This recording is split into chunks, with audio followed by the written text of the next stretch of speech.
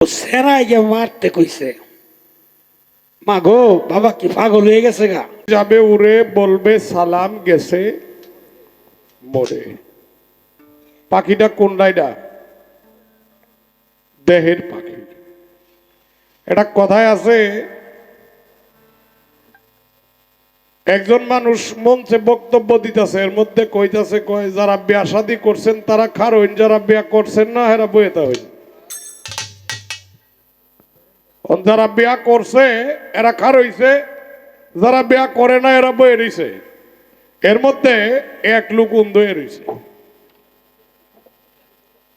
হেডে রেজি গাই তুই খার হইলেও না বইলেও না উন্ধ হয়ে রইলে গেলে কয় আমার বিয়া, আপনি তো কইছেন যারা বিয়া করছে না এরা বইতো, যারা করছে এরা খার হইতো না। আমার আলাপ সালাপ চলতেছে।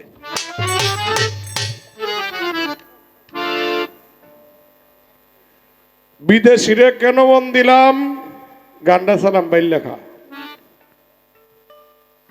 লাবণী সরকারকে বলবো, আমি আনোয়ার সালাম ভাই তোমরার অনেক সিনিয়র, অনেক না একটু না অনেক, একটু চিন্তা ভাবনা করে যেন গানটা হয়। তুমি একটা ভালো দরবারে বায়াত হয়েছো আমার পীর বোন, তুমি ধন্যবাদ জানাই। গানের ভিতরে 50টার নাম কইলে এই গানটা শুধু এই মানুষের জন্যই চলে যায়, বাকি দর্শকদের জন্য থাকে না।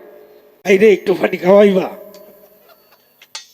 তো সেরাই গিয়ে মারতে কইছে, মা গো বাবা কি পাগল হয়ে গেছে গা। বাবা তো এই কথা কইতাছে।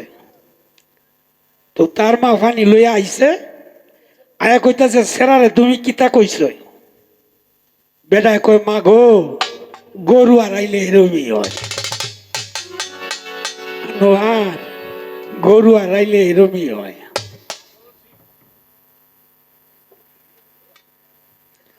তো যাক, আরেকটা কথা শুনলাম যে জন্মিলেই মানুষ মৃত্যু অবধারিত, কুল্লু নাফসিন যায়কাতুল মউত। কি মরণ হইতো না?